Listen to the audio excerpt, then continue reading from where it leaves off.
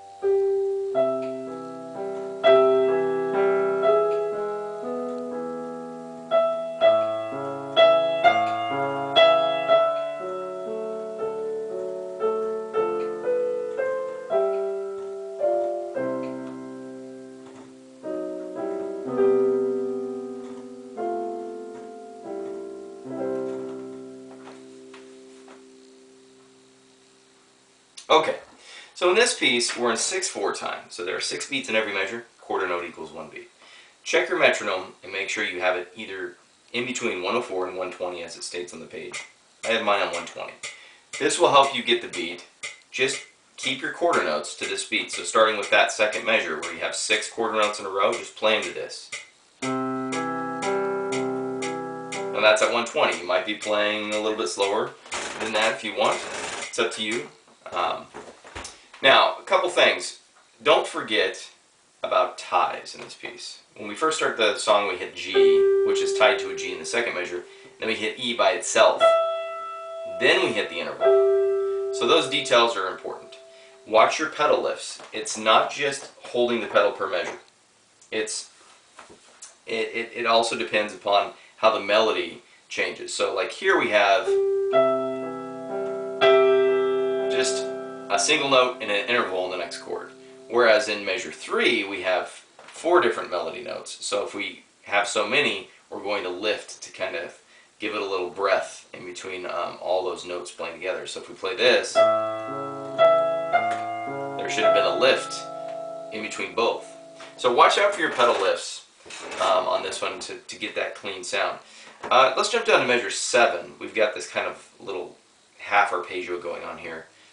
Have all 3 of your fingers ready to play this arpeggio. So as you play, now I'm moving into the position of the next arpeggio in measure 8.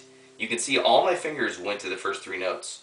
Don't just try to find the first bass note and then fiddle around trying to find the others. Make sure your hand kind of stays in that position and it just shifts back to that position as you're playing those. It'll be a lot easier. And the same goes for just playing broken chords in the left hand. Have all 3 fingers moving to those broken chords. And if you don't realize that what you're playing here in the left hand is broken chords, now you know. And you might want to talk to your teacher about reminding you about that.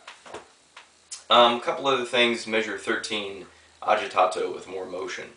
We're playing pretty square on, let's say, measure 12. Now I'm going to go into measure 13.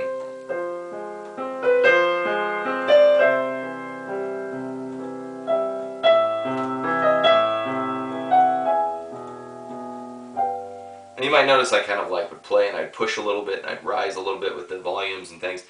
That's how you get a little bit more motion in that feel, as you can kind of push the tempo a little bit, pull back a little bit, and then add that expressive element throughout that. After that we go back to A-tempo and it's kind of just repeating, and let's get down to measure 21. Last thing I want to cover is keep your beat strong. So as you're playing through this, just count 1, 2, 3, 4, 5, 6, or 1, 2, 3, 1, 2, 3, 1, 2, 3, however you want to count. So when you have those breaks where you have maybe like a dotted half connected to a quarter, that you don't lose yourself and lose the beat. So just count through this. 1, 2, 3, 1, 2, 3, 1, 2, 3, 1, 2, 3, 1, 2, 3, 1, 2, 3, 1, 2, 3, 1, 2. So you'll get a better feel and you won't lose lose the rhythm when you have those spaces. And you can do that for any other part in the song too that has some space. So just make sure that you don't lose the beat in this piece. Alright, that covers that piece, and good luck with the Liebestraum.